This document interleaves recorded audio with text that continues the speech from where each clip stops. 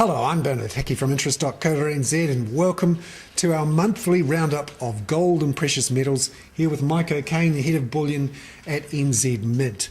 And it's been another raucous month in the world of gold and financial markets generally. Mike, what's happened to the gold price over the last month or so? Hit a record high but come off a bit.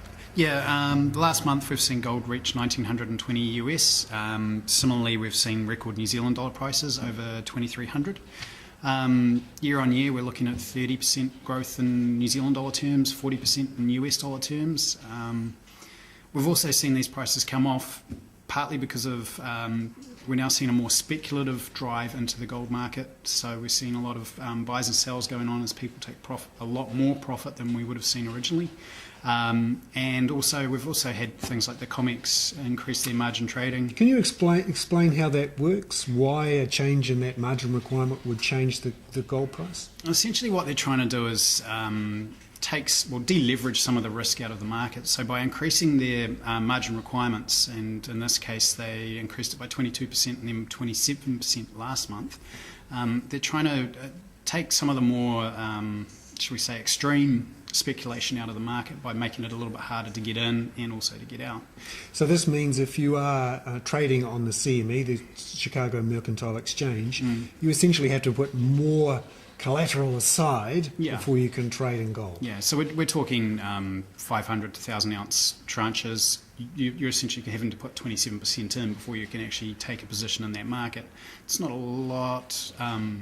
Not a lot of small players can put that sort of funds into something even for a short period of time. So that's partly why they're trying to do it, is to weed out some of the fly-by-nighters. And it's not just the CME, there's also been other exchanges too. Shanghai Gold Futures Exchange, the 23rd, so the day before the COMEX did their last increase. They've increased theirs from 11 to 12%. Not such a great increase, but they also increased their daily trades from 7 to 9%. So they've increased the volume and taken a little bit of risk out of the market for themselves. Now, what else is happening in the world of supply and demand, physical supply and demand for gold?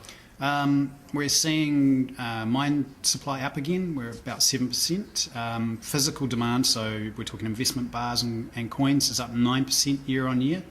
Off the back of that, the ETF trades are actually down about 30% for the year, which is an indicator that not all is rosy in the gold market, but we're still seeing a lot of flight to safety movement. Can you explain the ETF, exchange traded funds market? It's not something a lot of New Zealanders are familiar with, but in the States it's a big deal. Yeah, it's not something that's hugely popular in New Zealand because there's not a lot of access to it. Essentially, an ETF is an exchange traded fund, so it can work in any commodity market, but in our particular industry, usually what happens is an amount of gold that's put onto the market and listed, and people can buy and sell in much like they would in most stocks and bonds.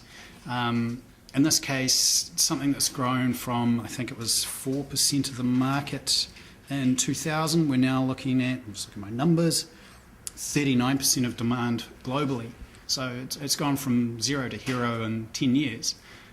It's just starting to pull back now as people, as I say, trying to get out of that speculative mindset and more into a safety aspect, shall we say. Now, just looking at some of the other underlying drivers for gold, it's seen by some as an alternative form of money, particularly as the current forms of money are being printed left, right and centre.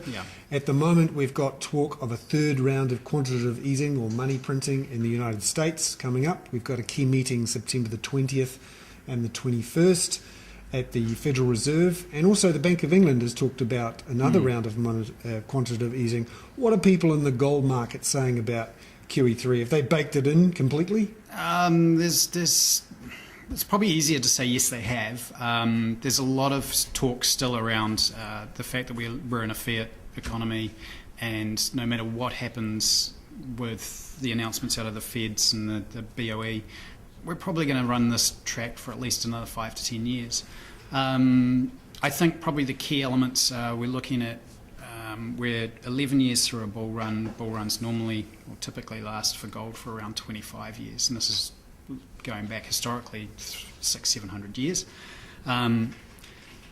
we may be going through a period of deflation in the short term, but again, everything that's being put in place is inflationary in the long term, and gold historically being anti-inflationary. This is all looking pretty good. What about this idea, though, that we're heading into a Japanese-style long-term recession? So not just in Japan, but in Globally, Europe and the United States. Stagflation. And therefore we have low growth and low inflation or deflation, which might not be so attractive for gold. No, and by all accounts, that will take a lot of the sting out of the market going forward. The other thing we're looking at, though, is investments at the moment. People are looking for something, again, they're looking for something safe to invest in. We've got the Fannie and Freddie Mae suing the banks. We've got the Eurozone having a meltdown or having a bit of a disagreement, shall we say. People are, at the moment, are just, everyone is sort of pointing to one thing and one thing only, a tradable commodity that's globally accepted. Now, what about the other precious metals? What's happening in the silver market to start with? Last reports showed that silver was a little bit oversupplied in the market, but on a positive aspect, we're seeing a move from gold to silver because of the price increasing. So in the jewellery market, silver's increasing quite significantly, and also in the industrial electrical market, we're seeing a surge in demand for silver there. So people are using silver in their circuitry instead of gold simply because it's cheaper? Yeah, and the same with jewellery. We're seeing in China, Turkey and India, the three largest countries for demand for gold around the world. And the jewellery market are also moving to silver because of the price increases. And we might find that as we approach October and actually work into October, that during the Diwali season, where gold typically increases in price because of the demand in India, we might see that silver takes a lot of the heat this year instead of gold. Also, we have platinum as the other precious metal, which the relationship between the price of platinum and gold has changed over the last couple of years. Can you talk about that? For quite a while, we've seen platinum and gold being essentially a 0.5 to 1 ratio. So gold was half the price of platinum. That was fairly normal until about 2 years ago, when we saw the US car market essentially collapse. And platinum, its primary use at the moment is as a catalytic converter in vehicles, funnily enough. So what happened was the price of platinum essentially dropped to just below the price of gold. That then countered when GM and Ford had all their bailouts and everyone came back to the party, and platinum surged back up again. But just in the last couple of weeks, we've actually seen platinum now again priced below gold. We're currently seeing it at about 1.01 to 1, as people are speculating again on the gold price and not so much on platinum. Some advisors are saying that that might be a good thing for platinum, as platinum is likely to surge back to where it should be. That's much like the gold to silver ratio argument, where some people believe that silver should be at silver to gold ratio should be 18 to 1. Historically, it's been 40 to 1 on average. It's currently sitting at 44. There's room for growth and speculation in both markets. And over the next few weeks, what are the gold markets going to be looking at? Probably the key thing again is volatility. We've been seeing very large movements in comparison to historical movements. So we've seen a $100 move in a day. We're likely to see that happen a lot more. The general consensus seems to be that $2,000 to $2,500 US an ounce is probably likely before the end of the year. It's going to be interesting to see if we can maintain that, but we'll see a lot more swings and roundabouts. What would be the triggers to make you go up to there? Because if people have already priced in QE3 and they get that, what would you need to have? Some sort of euro breakup, or what would you need? Yeah, quite literally a euro breakup, another banking collapse, a currency crisis. So all of these things have been priced in essentially, but to what extent, no one's really sure. So let's say we lose Greece, or Germany decides after all that they don't want to be a part of the euro and go out on their own, or there's a breakdown between Portugal or whatever. That will have a definitive and very strong effect on the pricing. Whether we've priced in all of that, it's yet to be seen.